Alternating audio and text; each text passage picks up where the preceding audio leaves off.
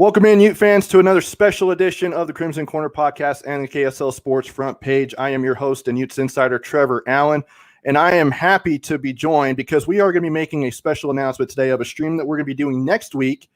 But because our next guest can't make it next week, we're gonna preview it, announce it here. We bring in former Utah and NFL offensive lineman Zane Beadles. Zane, how are you, man? I'm good. Thanks for having me. Really, the reason why I can't join next week is I just want to be overshadowed by all my former teammates. If we're really getting down to it, right? So I'm excited to be here. Yeah, so we're just going to get right into the announcement right away. So what we're doing, I teamed up with Sly, and we are going to be putting together a 08 Sugar Bowl virtual reunion. I'm going to bring this up here, right there. There you go. That is going to be taking place next Friday at 10 a.m. Mountain Time right here on the KSL Sports Facebook, Twitter, and YouTube pages. And we're going to be doing this a little bit differently. So normally you just have a whole group in, you do the interviews and things like that. We're going to kind of go away from the regular traditional broadcasts, and we're going to do a group of guys in each part of this stream, so that we can get more guys to tell more stories. But we'll get Zane's story since he can't make it next week. But what we're going to do, group one, we'll start off the stream. We're going to have Mike Wright, Robert Johnson, Rojo, Matt Asiata, and Derek Shelby. And then at about 10:20, 10:30, depending on how long it takes. And by the way, Sly's co-hosting this with me. He's going to stay on throughout. We're going to have Robert Conley, Brent Castile, Joe Dale, and RJ Stanford. Now, whenever I read off all those names, Zane, what really comes to mind when reading off those group of names? Man, some good memories. Great group of guys. Just a lot of good feels come in the heart when you say those names. I haven't seen a lot of those guys in a lot of years. A few of them here and there. Really wish I could join next week because that's a lot of fun, and those are going to be two really fun groups. Now, if I were to say, okay, Zane, I'm going to let you pick the group for you to be in, just based off of how much fun or insight you want to give, which group would you want to join the most? I think probably the second group, and mainly because Robert Conley and I spent a lot of hours together in that O-line room. A lot of good memories there. So that'd be fun to join him in that group. So just to kind of give folks what we're going to be doing in this Sugar Bowl reunion next week, I want to get all your thoughts as well. So going into that season, you guys weren't looked at as to potentially go to, the Sugar Bowl, go undefeated or anything, but, people knew you guys were going to be really, really good. When did you know that 08 team was going to be special? I don't remember an exact time, but I want to say the year before that, I think we went 8-4, maybe finished 9-4 with the bowl win. Had progressively been getting better since Coach Witt's first year in 05. And you could kind of feel something brewing a little bit. We had a ton of really good senior leadership on that 08 team. And then some underclassmen, juniors, sophomore age group that were also very good leaders that were just right below those seniors that year. And all through that off season, all through fall camp that year, you could just feel that the group of guys on this team were really starting to take the team over. It wasn't the coaches that were driving things necessarily anymore. It wasn't the coaches that were motivating. It wasn't the coaches setting the bar high for the expectations for the team. It was the players. And, that was, I think, my real first experience with something like that. I experienced that further on other teams throughout my career. But when you get that feeling, it's something that's special, and things just start to steamroll, and the momentum just starts to pick up. And definitely going into that season, opening up at Michigan, we had expectations for ourselves, and we had a feeling of what type of team we could be. When we walked out of the big house with that win, it set us up on that trajectory to have a phenomenal year that year. So you guys go into the big house. You guys obviously pick up a win. It wasn't, a big time. I mean, it was a big time win beating Michigan at their place, but you guys only won by 2 points. But again, a W is a W. And then you guys steamroll Vegas, demolish the Aggies. And then you guys had a 7-point win over the Air Force Academy, which I know in past years, that's kind of a tough team to beat, right? Is a tough team, that's for sure. Any academy. I've never played Army, but we played Navy as well. And man, those academy teams, there's no give up in those guys. They are the type of guys that we want out there fighting for our country. That's for sure. And a ton of respect for them. That week of practice is always, a higher stress, higher physicality week. Especially for the defense with those academy teams running the triple option. Definitely a tough game. Those teams never give up, no matter how far ahead you are. You're in for a full day of fighting. And then you guys went on to beat Weber, and then you guys then stayed at home and played a team who would end up being a conference opponent in Oregon State. That was a 3-point win. And then you guys beat Wyoming, which I know that there's kind of a storied history of, the smack talk between, coaches and things like that, which is actually kind of funny. But you guys steamrolled them as you did with Colorado State. Now the Lobos, you guys went down to Albuquerque and only got a 3-point win. That was kind of the, puzzling one. What happened in that game? Again, New Mexico at the time, Rocky Long being the head coach, they run a very unorthodox 3-3-5 defense, something that's very difficult to prepare for, something that you don't see hardly ever. Being on the road, and then I think, for sure by that point in the season, we had a bullseye on our back. We were the team to beat, and we were undefeated to that point. And, so you're going to get a team's best effort. And there was a good amount of talent on that New Mexico team that year. I think we could have and maybe should have beat them a little bit more handily than we did. But all those factors combined made it for a tough road win. In college football, the way things are, especially at that time in history, style points were a big deal. Definitely not the type of win we would have wanted to have in New Mexico. But at the end of the day, a win was a win, and we maintained that 0 in the loss column. And then you guys had, and of what I probably consider one of, if not the best win inside Rice-Eccles Stadium in Utah football history, and that was when you guys played the Horned Frogs in that blackout game. Brian Johnson leads that drive down. You were obviously blocking for Brian. Just talk about that last drive, because I know that is one of the most iconic moments in Utah football history. Crazy, man. I'm actually getting a little bit of chills right now thinking about it. The stadium was unbelievable, just rocking. I remember, somebody sent me a video clip afterwards of the people that were calling the game, talking about how the press box was shaking, physically shaking. Yep. Really, really special night, really special day. That last drive, everything on the line for that season. But no doubt in anyone's mind that we were going to come away with that win. Down in the red zone, 4th down, we needed to convert the 1st down. I vividly remember this. We ran a 5-man protection, so no back in the backfield. They were bringing blitz 0. We knew they were bringing more guys than that we could block.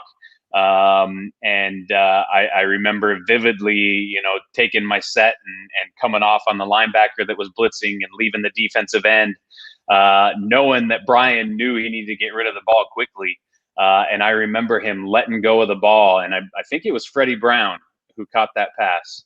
Mm-hmm. And Freddie was not even looking at the time that Brian released the ball. And it just happened. It timed up perfectly. As soon as Freddie got his head around, the ball was right there, converted that 4th down, went on to score, went on to win, maintain the record. That was definitely a special moment, and probably a moment that was a catalyst that kind of launched us into the remainder of that season, into the Sugar Bowl, into the fully undefeated season. Now, how loud was that stadium? Because there are people who are saying that it was the loudest it's ever been, and there have been some pretty good seasons, pretty good games after that. I wasn't there. I hadn't started my media career yet, but just watching it on TV and all that stuff. I mean, obviously it doesn't do justice, and obviously even the fans there doesn't do justice. But you were down on the field. You know exactly how loud and how electric it was inside Rice-Eccles Stadium. For sure. That's why I think I get these chills even talking about it and thinking about it is, there's only a few of those games in your lifetime. Fortunately, I was able to play football longer than most. So, I had a few more of those games than most people, but those type of games, man, are special. And I haven't been to many of the games since I graduated, and I know there's been some big time games and some loud stadiums, but I got to believe that's right up there at the top all time in that stadium as one of the loudest and rowdiest and most fun games to be at and watch and play in. So then you guys go on and beat San Diego State on the road before the showdown with BYU. You guys obviously beat them 48-24. I mean, to you, playing in that rivalry, I mean, you weren't a part of the group that would go 4 years without, losing to BYU like they are in the Pac-12 right now. But it's still a rivalry. How do you view it? Because I know every player is different with how they view the BYU-Utah rivalry. I definitely view it differently now. Being away from the state, I live in Southern California now. Bounced around in my NFL career, so I haven't been in living in Utah since I graduated. So it's a little bit different now. But taking myself back to that time, I grew up in Midvale, Sandy area, went to Hillcrest High School. My stepfather was a girls basketball coach at the University of Utah for 12 years while I was growing up. I was a diehard Utes fan, and I remember fights breaking out on the playground in elementary school over the BYU Utah rivalry. It's a special rivalry. It's a heated rivalry. And that game is always special. There's always an elevated sense of urgency, sense of energy in practice that week. It's a special thing to be a part of, and a special rivalry. I think it can get a little too, for the fans and for the people out there, I think it can get a little too crazy at times. At the end of the day, it's still just sports, and we're still all on the same team here in life. But overall, that's definitely a special rivalry that's out there. So when you guys got that bid to play in the Sugar Bowl and you guys were taking on number 4 Alabama, what was really coming to mind when you guys got that bid? Did you guys feel like you guys got slighted, that you guys should have been in contention to play in that national championship game, or were you guys all full steam ahead on Bama? We were all full steam ahead. I think if you step back and you look at it, I think maybe we should have had a chance at that top game. At the time, the way things were in the BCS and not being in a BCS conference and all those things, that portion was kind of out of our hands, unfortunately. But I think the focus was just on, we have an opportunity here, and we're not going to lose this game, no matter who we're playing. And we're going to go down there and we're going to come out of this with a W. And that was the focus the whole time. I know that there was a lot being said going into that game against Bama that the Crimson Tide weren't really looking motivated to play the Utes in that Sugar Bowl. I know Saban, probably overlooked you guys a little bit. I know that they had some studs on there, guys who went on to have great careers and still in the NFL, like Julio Jones and others. I mean, what was that like as far as getting motivated to play Alabama? Because I'm sure you guys caught wind of some of that. Yeah, we definitely heard it in the media, but we didn't care. That's their issue to deal with, and if you can't get excited and get motivated to play in a Sugar Bowl, no matter if you think that you shouldn't be in that game or not, then I question your motives as a team and as a football player. So, our focus was we're going to go in and we're going to win this game. And yeah, it's a huge stage for us, but whether they believe it or not, it's a huge stage for them too. And I think you look at that game and the performance that we put on, and then you look at what happened with Bama after that. It was, I think, a huge wake up call for Saban and the team as a whole. I think they went on to win like 22 or 24 straight games after that loss. So, I'd like to take some credit for a Bama national championship or two because of that win. Saban should probably send you guys some sort of gift basket, right? I think so. I would agree with that. We'll have to see who we need to connect with to make that happen. Yeah, absolutely. So just going into that game, you guys punched them in the mouth, and I don't think there was a heavier punch that they've ever endured, at least in this stretch under Saban, because you guys went out 21-0, laid 3 touchdowns on them in that first quarter. Just what was your guys' thoughts after you guys scored that third touchdown where Braden Godfrey got in and Brian Johnson just had it going? The offensive line was just going. It just seemed like Alabama couldn't do anything to stop you guys.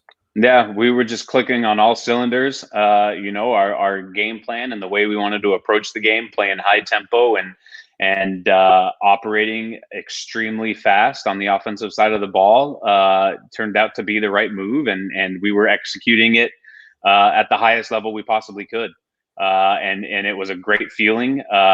We get up 21-0. But there was never a deep breath that was taken. We just wanted to keep the pedal down. We just wanted to keep operating at a high level offensively, keep the chains moving, control the ball, all those kind of things. When you're playing a program and a team like Alabama on a national stage in a game like that, the last thing you want to do is go up big like that and then lose your lead. So, there was complete focus the entire time.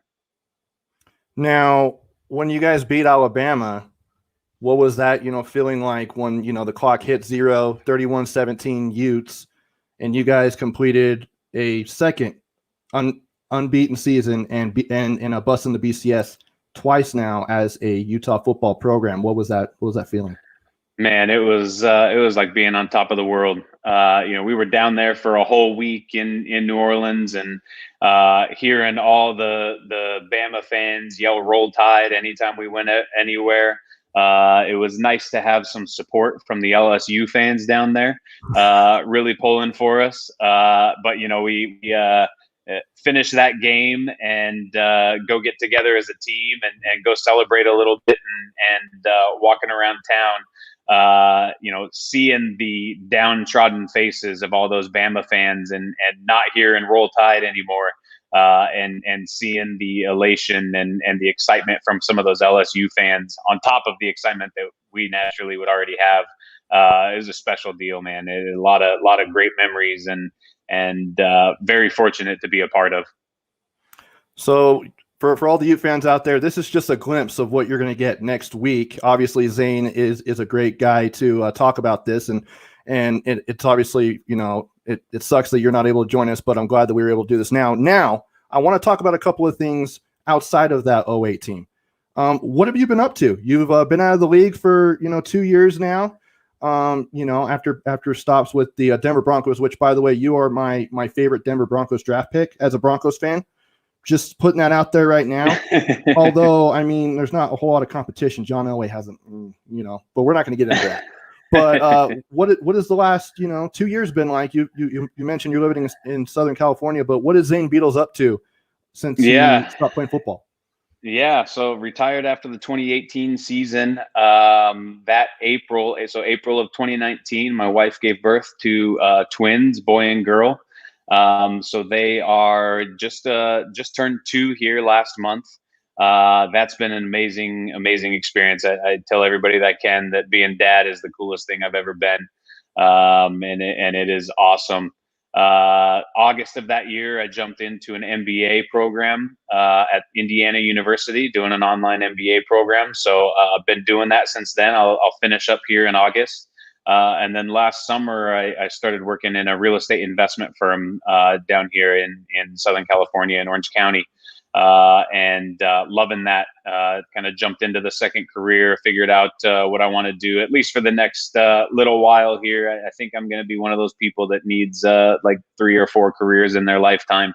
A lot of different interests and a lot of different things going on in this head, but really enjoying real estate investment and working in this firm and managing some investment dollars and enjoying life. My wife's pregnant again, 3rd on the way. We'll do here in November. So, on to the next phase of life. That's for sure. So rather than blocking giant D linemen, you're now blocking kids. I'm blocking kids, changing diapers, running around the yard, into trouble and all that too, huh? Yep, absolutely.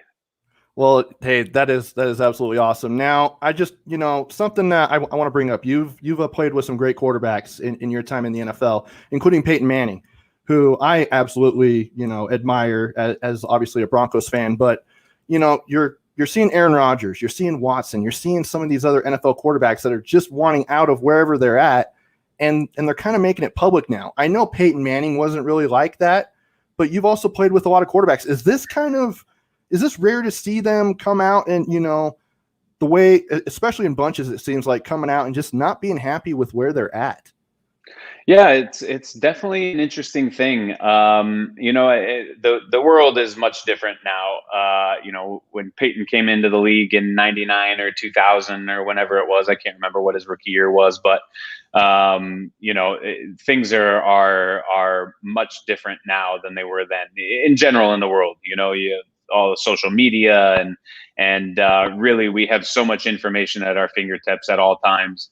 And it provides some different dynamics. And, through social media, everybody now has a voice, good, bad, or indifferent. And it provides a platform for these guys to voice some of their concerns or some of their displeasure. It's just the evolution of our world and evolution of the sport. It's always going to continue to change. At the end of the day, these guys, thinking about Aaron Rodgers specifically, he's the type of guy that you would expect to have more than one championship under his belt. If you're in a situation and you're on a team and you operate at that level and you're that type of quarterback, and your team doesn't give you the support that you need around you to be able to win more championships, I can completely understand how that can be disconcerting and how you would want out of that situation. Because, a guy like that, he's accomplished everything that you possibly can as an NFL quarterback. I don't know how many records he holds or anything like that, but he's definitely one of the best up there of all time. So in his circumstances, winning championships is the biggest thing and what you want to accomplish, and trying to be in a situation where you can do that. Completely understand why he might be displeased with the situation he's in. Now, one last thing on that. Just say that Peyton Manning was, and say that Peyton Manning played in Denver forever. You end up coming in. He's obviously the quarterback, but then things aren't just going really well. He's not happy there. Comes out and says that he isn't happy. Doesn't come to OTAs, at least the voluntary ones. What is the mindset of the surrounding players around him when something like this comes out? Because I'm just trying to figure out what the Packer players are going through right now, where Aaron Rodgers doesn't want to be there. The coaches are saying we're not trading him. It's making for an awkward situation, but how do you handle it as a pro? That's definitely an interesting dynamic and definitely a tough thing to deal with. I think on the NFL level, my opinion on that would be that it is much different than the college level. In college, you're going to be there for 4 or 5 years. That's changing a little bit now with the transfer portal and all that kind of stuff. So, the evolution of things again, things are changing.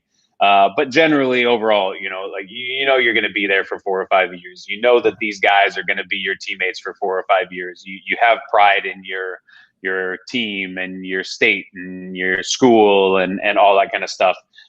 So there's, if somebody comes out and voices some of that displeasure, I think it's a different dynamic than in the pros where, the roster is changing over every single week. Guys are getting hurt and new guys are coming in for tryouts, and the guy that was your friend right next to you in your locker got hurt, and he goes to IR, and somebody else new comes in and replaces it. So that kind of feeling of camaraderie and knowing who you're going to battle with week in and week out is a different dynamic. It changes constantly, and it's truly a job at that point. It's business and it's profession, and ultimately you have one job to do, and that's to perform and be the best football player that you can personally be, and contribute to the team all that you can. And that has to be the focus for everybody. At least, for me, I wasn't the best, most athletic, fastest, biggest, strongest type of guy. And I needed to be extremely consistent. I needed to be smart. I needed to be a guy that the coaches knew what they were going to get every single day. And that's how I was able to have as long of a career in the NFL as I had.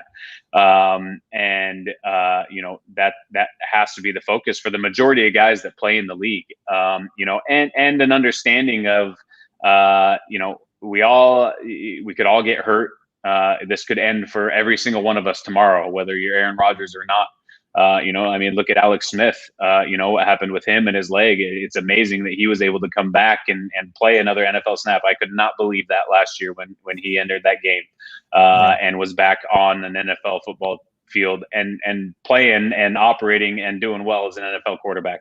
So you have to understand that, ultimately at the end of the day, we're all doing this to make a living, and we're all doing this to support our families and support our communities and all that kind of stuff. And you can't get mad at an individual that's looking out for himself in a situation and in a league where you're a commodity. No matter if you're Peyton Manning, Aaron Rodgers, Zane Beadles, no matter who you are, you're always replaceable. So, looking out for your own situation and what's best for you and your family is the ultimate focus. And I think everybody understands that on a team. All right, 2 more questions for you, and then I will cut you loose. Last year, before or actually when everything shut down, I actually chose to do this debate. It was called the Great Ute Debate, where I had 2 members of the 2004 Fiesta Bowl team and 2 members of the Sugar Bowl team. From the 04 team, I had Eric Weddle and Quinton Ganther. From the 08 team, I had Sly and Brian Johnson. We all debated who was better, 08 or 04. Now, I've asked former players who have been members of both of these teams, still can't find an answer to it. I think I know the answer coming from you, but who was better, 08 or 04? Man, I obviously have to go with the 08 team. I was a Hillcrest Husky during the 04 team, so wasn't a part of that. But I think I'll take it a step further, and 08's better, all right? But I'm going to have to straddle the fence here and say that the 04 offense was better, which pains me to say because I was part of that 08 offense. Yeah. But I think the 04 offense was better, but I think the 08 defense was better. And at the end of the day, the philosophy at the Utah program and the results of a lot of championships over the years, defense wins championships. So ultimately, I think that's why the 08 team was better. I was on a team in Denver where we were the best offense in the history of the NFL, and we lost the Super Bowl. Yes, you were. So, it's that defense is a big deal. Now, that is the best answer any of these former players have ever given, because you actually gave credit to the other team. Normally, they're just like, Hey, oh, wait, all the way. Nothing can compare. I got to give those guys credit. I was going to those games as a senior in high school and being recruited by Utah and having a blast watching that season. It was a special season, that's for sure. Okay, final thing, and this is kind of blown up on social media. So I'm actually going to put you on the spot here. We actually asked all of our fans on Twitter to give us their offense. You get a quarterback, a running back, and 2 wide receivers. You have $10. Okay. Here are your options. Who would Zane All Beadle right. want to block for out of this group? All right. All right. I'm gonna take my guy Brian as my quarterback. Okay. I think I'm gonna go with I'll go with Zach Moss as my running back. So what's that? $6? Yep, $6. All right. So yeah, Steve Smith, man, that guy is a phenomenal football player, human, just a beast. I have gotten a So I lot of think crap for putting him at $2, but I was telling people it's from college, not from the pros. right, If it was from the pros, I'd right, put him at $100 because right. Steve Smith was just fantastic in the Yeah, NFL and didn't even phenomenal scratch the career. surface in college. Yeah. So I'll take Steve there. And I guess I had, oh wait, no, that was, yeah, 6. So I'm at $8. So, and then I got to go with Brent. My guy, Brent, you know, I want to go with Jeremy, but I don't have the money. So, I'm going to take Brent. Well, there you go. So that would be a pretty solid group for you to block for then, right? That would be a lot of fun right there. Well, Zane, here, I'll go and take this down. Zane, I really do appreciate you taking the time. It really sucks that you're not able to join us, but I will obviously send best wishes to your teammates, except for Sly, because he did say some rude things through text message. He always does, man. He always does. I don't know what it is about that guy, but no, I love all those guys. Please tell them all I said hello. I wish I could be there with them next week, but it's going to be a lot of fun for you guys. All right, coming up next Friday, right here on the KSL Sports Facebook, Twitter, and YouTube pages. That is Zane Beadles. Join us next week at 10 a.m. Mountain Time for the Sugar Bowl reunion. Thank you for tuning in to the Crimson Corner and the KSL Sports front page.